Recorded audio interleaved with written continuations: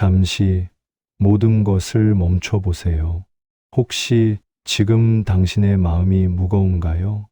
노력해도 남이 알아주지 않아 지쳐있진 않으신가요? 인생이 흔들릴 때 마음이 든든해지는 고전의 지혜를 찾고 계신가요? 오늘날에도 삶의 답을 제시하는 논어하기 편 16가지 가르침을 오디오북 스타일로 함께 하겠습니다. 각 장의 내용을 이해하기 쉽게 짧은 이야기, 본문 낭독, 그리고 삶의 지혜 순으로 읽어드리겠습니다. 오늘도 우연히 들은 글귀 하나가 여러분의 인생에 작게나마 도움이 되길 진심으로 바랍니다. 제1장 배우고 익히는 즐거움. 하기 쉽지. 은퇴 후에도 늘 배움에 열심인 창식 씨는 요즘 태블릿 PC로 영어 회화를 익히는데 푹 빠져 있습니다. 어느 날 집에 놀러 온 손녀 아영이가 할아버지의 모습을 보고 신기한 듯 물었습니다. 할아버지, 그 나이에 그렇게 열심히 공부해서 어디에 쓰시려고요? 이제 쉬셔도 되잖아요. 창식 씨는 빙긋 웃으며 따뜻하게 대답했습니다. 배움이라는 건 말이야. 누구에게 보여주려고 하는 게 아니란다. 모르는 걸 하나씩 알게 되는 그 과정 자체가 나를 즐겁게 하고 하루를 활기차게 만드는 힘이 있어. 그리고 얼마 전에 멀리 사는 옛 친구가 찾아와서 우리가 같이 배운 이야기를 나눌 때 그때 느끼는 기쁨이 또 얼마나 큰지 모른단다. 그는 남들이 자신을 알아주지 않아도 스스로 만족하는 평온함 속에서 삶의 기쁨을 느꼈습니다. 공자께서 말씀하셨다. 배우고 때때로 익히면 또한 즐겁지 아니한가. 벗이 먼 곳에서 찾아오면 또한 기쁘지 아니한가. 남이 나를 알아주지 않아도 성내지 않으면 또한 군자가 아니겠는가. 배움은 그 자체가 기쁨입니다. 공자는 지식을 머리에 쌓는 것보다 그 지식을 삶에서 반복적으로 익히는 실천을 통해 오는 즐거움을 강조했습니다. 또한 뜻이 맞는 좋은 친구와 그 기쁨을 나누는 것이 또 다른 행복이죠. 남이 나를 알아주지 않아도 조급해하거나 화내지 않고 꿋꿋하게 평온한 마음을 갖는 것. 이것이야말로 훌륭한 사람, 군자가 갖춰야 할 가장 멋진 덕목입니다. 진정한 배움은 남의 시선이 아닌 내 안의 즐거움을 채우는 평생의 기쁨입니다. 제2장 효와 우애, 마음의 근본, 효제이인 지본. 회사에서 능력 있는 청년으로 인정받는 동훈 씨는 성공에만 몰두하느라 부모님의 작은 부탁이나 동생의 도움 요청을 늘 미루곤 했습니다. 하루는 평소 존경하던 사장님이 동훈 씨를 불러 진심으로 이야기했습니다. 내가 세상에서 큰일을 해내고 존경받고 싶다면 먼저 집안의 작은 사랑부터 배워야 해. 부모님을 섬기고 형제 간에 우애를 갖는 것이 어진 마음의 근본이란다. 이 근본이 없으면 나중에 내가 아무리 높은 자리에 올라도 마음속 공허함은 채워지지 않을 거야. 동훈 씨는 그 말에 큰 깨달음을 얻고 그때부터 주말마다 부모님을 찾아뵙고 동생과 진솔한 대화를 나누기 시작했습니다. 가정에서의 작은 성실함이 그의 마음을 단단하게 만들었고 결국 직장에서도 모두에게 진정한 신뢰를 얻게 되었습니다. 유자가 말하였다. 그 사람이 효도하고 우애가 있다면 윗사람을 거역하는 자는 드물다. 윗사람을 거역하지 않으면서 어지럽히는 자는 없었다. 군자는 근본에 힘쓴다. 근본이 바로 서면 도가 생긴다. 효와 우애는 어진 마음의 근본이다. 가정에서 부모님께 효도하고 형제간의 우애를 갖는 것. 이것이 바로 어진 마음인을 키우는 가장 기본적인 시작점입니다. 이 근본이 탄탄하면 사회에서도 윗사람을 거역하거나 무질서를 만들지 않게 됩니다. 가족 간의 사랑이 무너진 사회는 결국 어떻게 될까요? 근본이 바로 서면 모든 도리가 자연스럽게 따라옵니다. 가정의 작은 사랑이 세상을 움직이는 큰 힘의 근본입니다. 제3장 거칠애와 진실. 교원, 영세. 어느 마을에 늘 말솜씨가 화려하고 사람들에게 친절하게 대하는 장사꾼이 있었습니다. 하지만 그는 약속을 잘 지키지 않았고 속마음은 오직 자신의 이익뿐이었죠. 반면에 말은 어눌하고 서툴지만 한 번 한 약속은 반드시 지키는 정직한 농부가 있었습니다. 시간이 흐르자 사람들은 겉모습과 달리 진실한 행동을 보여준 농부를 진심으로 신뢰하게 되었고, 장사꾼의 화려한 말은 공허한 거칠애로만 들리기 시작했습니다. 공자께서 말씀하셨다. 말을 꾸미고 얼굴빛을 좋게 하는 사람에게는 어진 마음이 드물다. 말만 번지르르하게 꾸미고 겉으로만 착한 척하는 사람에게는 진실한 덕이 부족하기 쉽습니다. 공자는 사람을 볼 때 거칠애보다 마음의 진실이 행동과 함께 드러나는 것을 더 중요하다고 보았습니다. 우리의 진심은 화려한 말 대신 진실한 행동으로 전달될 때 비로소 큰 울림을 갖습니다. 말의 화려함보다 진실한 마음을 담은 행동이 더 큰 울림을 줍니다. 제4장 하루 3번의 반성. 5일 삼성 오신. 직장인 영식 씨는 매일 저녁 퇴근 후 혼자 조용히 일기를 쓰며 하루를 돌아보는 습관이 있습니다. 그가 스스로에게 던지는 질문은 이 3가지입니다. 혹시 동료들에게 불성실하거나 충실하지 못한 점은 없었는가? 친구와의 약속이나 관계에서 믿음을 깨뜨린 적은 없었는가? 오늘 배운 것을 제대로 내 것으로 익히지 못한 점은 없었는가? 바쁜 하루를 보내면서도 스스로를 점검하며 마음을 닦는 이 시간은 그에게 내면의 평화와 단단한 자신감을 주었습니다. 증자가 말하였다. 나는 날마다 3번 내 자신을 반성한다. 남을 위해 일을 하면서 충성스럽지 않았는가? 법과 사귀면서 믿음이 없지 않았는가? 배운 것을 익히지 않았는가? 진짜 성장은 나 자신을 돌아보는 반성에서 시작됩니다. 매일 하루를 돌아보며 내가 실천해야 할 덕을 쌓는 것이 중요합니다. 공자도 책을 읽어 지식을 얻는 것보다 반성을 통해 인격을 다듬는 것을 더 중요하게 여겼습니다. 나를 돌아보는 작은 등불이 내일의 더 나은 나를 만듭니다. 성장은 밖을 향한 배움이 아니라 안을 돌아보는 반성에서 시작됩니다. 제5장 덕으로 다스리는 리더십. 도천승지구. 지역사회협회장을 맡게 된 정수 씨는 조직을 이끌 때 강압적인 권위 대신 덕을 앞세웠습니다. 그는 협회 운영에서 일을 신중하게 처리하고 회원들과의 약속을 지키며 작은 예산이라도 아끼고 무엇보다 회원들을 진심으로 사랑했습니다. 특히 봉사활동 시간을 정할 때도 개인의 형편을 세심하게 고려했죠. 그의 배려 깊은 리더십 덕분에 협회는 큰 신뢰를 얻었고 작은 조직이지만 마치 큰 나라를 다스리듯 평화롭게 운영되었습니다. 공자께서 말씀하셨다. 큰 나라를 다스릴 때에는 이를 삼가고 믿음을 지키며 절약하고 사람을 사랑하며 백성을 부릴 때는 때를 맞춰야 한다. 나라를 다스리는 힘은 권력이 아니라 덕에서 나옵니다.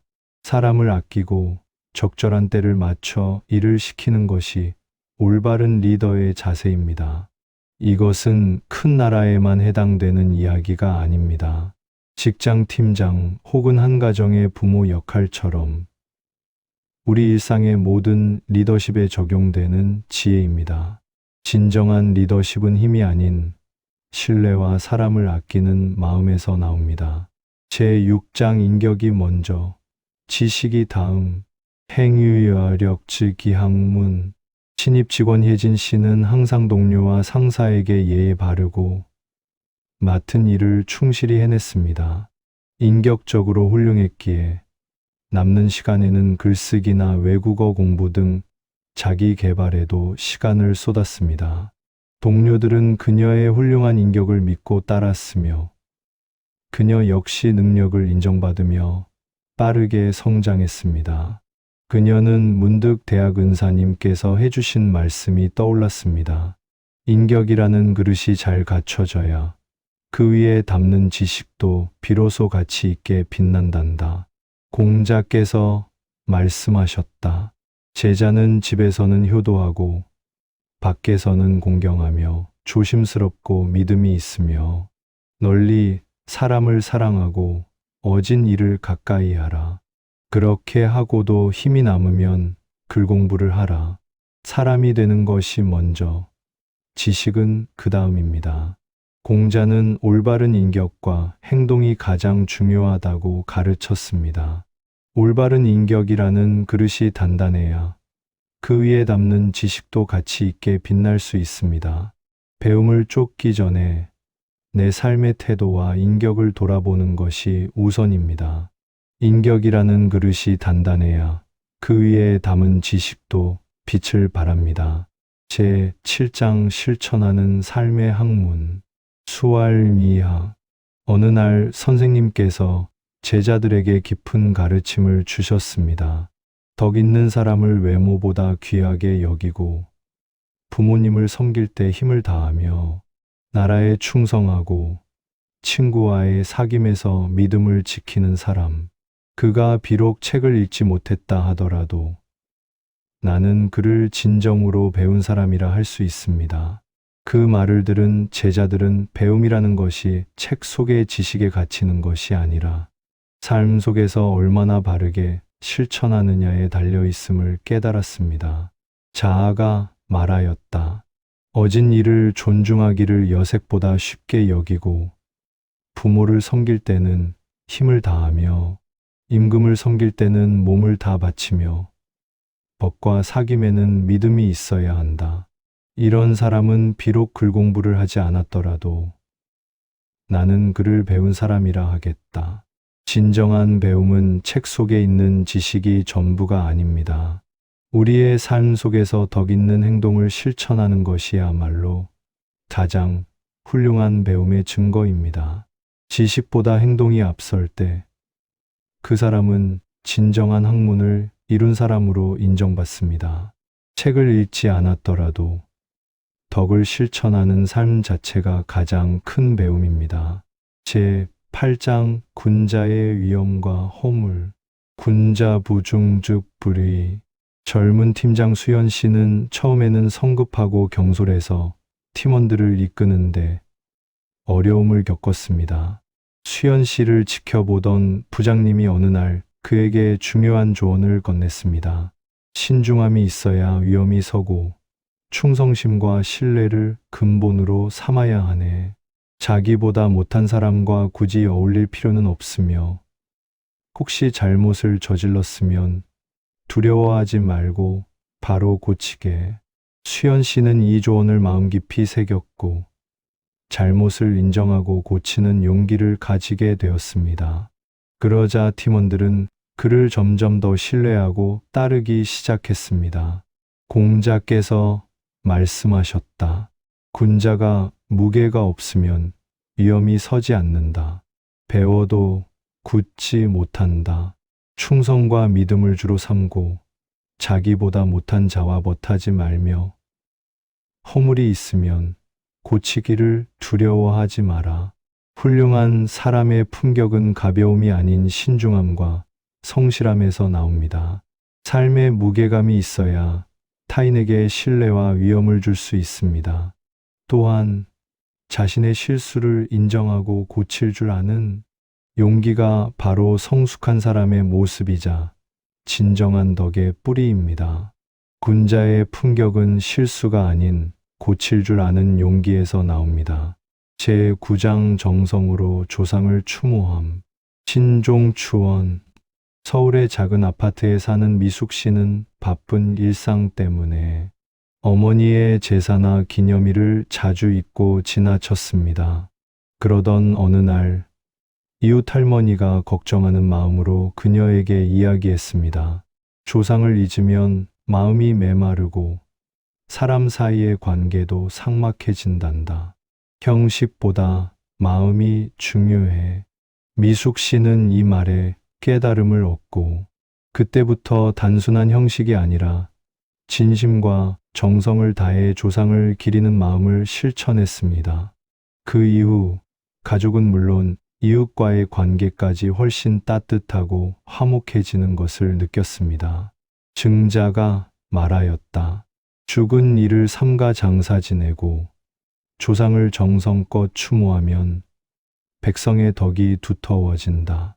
조상에게 예를 다하는 것은 형식이 아닌 진심 어린 정성입니다.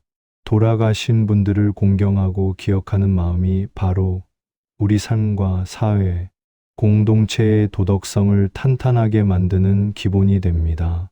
과거를 소중히 여기는 태도는 현재를 살고 있는 우리의 덕을 두텁게 합니다. 조상을 기리는 정성스러운 마음이 우리 공동체의 덕을 두텁게 합니다. 제10장 인품으로 얻는 영향력. 부자지구지아이 호인지구지아. 은퇴 후에도 마을 사람들의 존경받는 멘토 역할을 하는 지훈 선생님. 사람들은 그에게 조언을 구했지만 그는 누구에게도 지위나 보상을 요구한 적이 단 한 번도 없었습니다. 주변 사람들은 선생님의 덕을 칭송하며 이렇게 말합니다. 선생님은 늘 따뜻하고 온화하시며 공손하고 검소하고 겸손하시니 그 훌륭한 인품 때문에 모든 좋은 일이 자연히 따르는 것입니다. 지훈 선생님의 영향력은 억지로 구한 것이 아니라 그의 고결한 인품에서 저절로 우러나온 힘이었습니다. 자금이 자공에게 물었다. 스승께서 어느 나라에 가든 그 정치가 반드시 알려지는데 그것은 스승이 직접 구해서 그런가? 아니면 사람들이 스스로 맡긴 것인가? 자공이 대답하였다. 스승은 따뜻하고 온화하며 공손하고 검소하고 겸손하시니 그 덕으로 자연히 얻게 되는 것입니다. 스승의 구함은 보통 사람의 구함과는 다릅니다. 진정한 덕을 가진 사람은 스스로 자랑하지 않아도 사람들이 먼저 알아봅니다. 공자님의 영향력은 지위나 힘이 아니라 바로 그분의 훌륭한 인품에서 나왔던 것입니다. 억지로 영향력을 만들려 하지 말고 나의 인품을 쌓는 것에 집중해야 합니다. 진정한 덕은 억지로 구하지 않아도 인품을 통해 자연히 세상에 드러납니다. 제11장 진정한 효의 완성. 3년 무계여 무지도. 젊은 직장인 수진 씨는 부모님이 살아계실 때 너무 바쁘다는 핑계로 잘 챙기지 못했던 것을 늘 후회했습니다. 부모님이 돌아가신 후 수진 씨는 지난날의 아쉬운 행동을 떠올리며 깊이 반성했죠. 그는 부모님의 삶의 방식과 가르침을 기억하고 그것을 자신의 삶과 자녀 교육에 꾸준히 이어주었습니다. 그렇게 부모님의 뜻을 자신의 삶에서 지켜나가고 실천하고 나서야 수진 씨는 비로소 진정한 효가 무엇인지 깨달았습니다. 공자께서 말씀하셨다. 부모가 살아계실 때는 그 뜻을 보고 돌아가신 뒤에는 그 행실을 본다. 3년 동안 아버지의 도를 바꾸지 않으면 참으로 효라할 수 있다. 효도는 단순히 부모님을 잘 모시는 것에서 끝나지 않습니다. 부모님의 삶과 가르침을 진심으로 존중하고 그 뜻을 내 삶에서 꾸준히 실천해 나가는 것이 진정한 효입니다.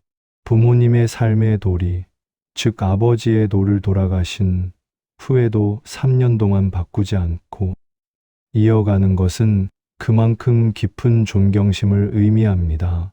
효란 부모님의 뜻과 가르침을 내 삶 속에서 이어가는 것입니다. 제12장 조화로운 질서. 예지용, 화이기. 회사 팀 회의에서 팀원들 간의 의견 충돌이 발생했습니다. 하지만 팀장 민호 씨는 서로의 의견을 존중하되 작은 일에도 예의 원칙을 지키며 조율했습니다. 결과적으로 팀은 최적의 결정을 내릴 수 있었고 구성원들은 서로를 배려하면서도 기준을 지키는 법을 배웠습니다. 민호 씨는 깨달았습니다. 좋아하는 것으로만 웃는 화목함이 아니라 원칙과 예의 속에서 이루어져야 하는구나. 유자가 말하였다. 예의 쓰임은 화조화를 귀하게 여긴다. 옛 성왕의 도가 아름다운 것은 이 때문이다. 작은 일, 큰 일 모두 예에 따라야 한다. 그러나 예로 절제되지 않은 화는 행할 수 없다. 화목하고 조화로운 상태는 무질서한 상태에서 저절로 생기지 않습니다. 겉으로만 평화로운 척하는 것보다 예의와 원칙이라는 질서를 바탕으로 이루어진 조화가 훨씬 중요합니다. 기준 없는 착함이나 화합은 결국 혼란을 가져올 수 있습니다. 예의와 조화는 늘 함께 가야 합니다. 참된 조화는 겉으로만 화목한 것이 아닌 예의와 원칙 위에서 피어납니다. 제13장 신뢰의 약속. 신근어의 공근어례. 신입사원 지훈 씨는 처음에는 말투가 거칠고 약속도 쉽게 하는 편이었습니다. 하지만 선배들과 함께 일하면서 올바른 도리에 맞는 약속만 하고 마음속에 진정한 공손함을 행동으로 보이는 법을 배웠습니다. 1년 후 지훈 씨는 약속을 지키는 진실함과 예의 바름 덕분에 팀에서 가장 신뢰받는 사람이 되었고 후배들에게도 훌륭한 본보기가 되었습니다. 유자가 말하였다. 믿음은 의로움에 가까워야 하니 그 말은 믿을 수 있다. 공손함은 예에 가까워야 하니 부끄러움을 멀리할 수 있다. 친한 사람을 잃지 않으면 남이 본받을 만하다. 우리가 맺는 믿음 신뢰는 올바른 도리, 즉 의로움 위에 서 있어야 진짜 믿음이 됩니다. 또한 겉모습만이 아닌 마음속 깊은 존중이 예의 가장 중요한 본질입니다. 도리에 근거한 신뢰와 예의를 갖출 때 우리는 부끄러움이 없는 당당한 사람이 될 수 있습니다. 신뢰와 예의는 도리에 근거할 때 비로소 부끄러움이 없습니다. 제14장 배우기를 좋아하는 자세. 호학. 육아를 병행하는 프리랜서 작가 혜진 씨는 매일 바쁘게 글을 쓰면서도 늘 배우는 마음을 놓지 않았습니다. 더 좋은 글을 쓰기 위해 잠시 편안함을 포기하고 동료 작가에게 조언을 구하고 새로운 글쓰기 방법을 찾아 끊임없이 노력했습니다. 그녀는 깨달았습니다. 배움은 편안함 속이 아니라 꾸준히 나를 채찍질하고 노력할 때 진정한 성장이 오는구나. 그 결과 그녀의 작품은 점점 깊이를 더했고 독자들에게 많은 사랑을 받았습니다. 공자께서 말씀하셨다. 군자는 먹는데 배부름을 구하지 않고 사는데 편안함을 구하지 않는다. 일에는 부지런하고 말에는 신중하며 도 있는 사람을 가까이하여 바르게 한다면 그를 참으로 배우기를 좋아하는 사람이라 하겠다. 진정한 배움을 위해서는 잠시 편안함을 포기할 줄 알아야 합니다. 군자는 삶의 안정을 추구하기보다 배움의 길을 쫓으며 스스로를 단련시킵니다. 겸손한 마음으로 부지런히 노력하고 바른 사람을 가까이하는 절제된 삶이야말로 참된 배움을 만듭니다. 참된 배움은 편안함을 버리고 도 있는 사람을 가까이하는 절제된 삶입니다. 제15장 가난해도 즐거운 군자. 빈일학. 부의호례. 재무상담사 은호 씨는 어린 시절 가난한 형편 속에서도 늘 감사하는 마음으로 즐겁고 열심히 살았습니다. 부자가 된 지금도 겸손함을 잃지 않고 고객과 주변 사람들에게 예를 다하는 것을 잊지 않습니다. 그는 삶의 가치가 외적인 조건이 아니라 마음의 평온과 예를 실천하는 태도에 있다는 것을 몸소 보여주었습니다. 자공이 물었다. 가난에도 아첨하지 않고 부유에도 교만하지 않다면 어떻습니까? 공자께서 말씀하셨다. 좋다. 그러나 가난하면서도 즐기고 부유하면서도 예를 좋아하는 사람만은 못하다. 행복은 내가 가진 것에 많고 적음보다 마음의 평온함에 달려 있습니다. 가난에도 즐겁다는 것은 불평 대신 감사를 택한다는 뜻이며, 부유에도 예를 좋아한다는 것은 성공 후에도 겸손함을 잃지 않는다는 뜻입니다. 가난 속에서도 즐거워하고 부유함 속에서도 예를 지키는 이가 진정한 군자입니다. 행복은 소유의 크기가 아니라 마음의 평안과 태도에 달려 있습니다. 제16장 남이 아닌 나를 돌아보는 지혜, 불안인지 불기지. 마케팅 팀장 민재 씨는 평소 동료들의 평가와 인정에 매우 신경을 썼습니다. 그러나 중요한 프로젝트가 실패하자 그는 남을 탓하기 전에 자신을 돌아보았습니다. 내가 팀원들을 얼마나 제대로 이해하고 그들의 의견을 진심으로 들었을까? 이후 팀 분위기는 훨씬 개선되었고 다음 프로젝트는 성공을 거두었습니다. 민재 씨는 그때 깨달았습니다. 남이 나를 알아주지 않는다고 걱정할 게 아니라 내가 먼저 사람들을 잘 이해하고 공감하는지 돌아보는 것이 정말 중요하구나. 공자께서 말씀하셨다. 남이 나를 알아주지 않음을 걱정하지 말고 내가 사람을 알지 못함을 걱정하라. 다른 사람이 나를 알아주지 않는다고 걱정할 필요가 없습니다. 타인의 시선이나 인정에 얽매이지 마세요. 그보다는 내가 다른 사람의 마음을 잘 헤아리고 이해하고 있는지 스스로 돌아보는 지혜가 더욱 중요합니다. 진정한 배움과 성장은 외부의 평가가 아닌 나 스스로를 돌아보는 성찰에서 시작됩니다. 타인의 시선을 걱정하기보다 먼저 나 자신을 돌아보는 지혜가 중요합니다. 이처럼 논어하기편의 지혜는 우리 삶의 근본을 다지고 흔들리는 마음의 든든한 등불이 되어줍니다. 인생의 지혜는 이미 충분한 당신 안에 있습니다. 저희는 늘 당신의 삶을 진심으로 응원합니다. 다음 논어편에서 다시 뵙겠습니다. 감사합니다. 구독과 좋아요는 제게 큰 힘이 됩니다.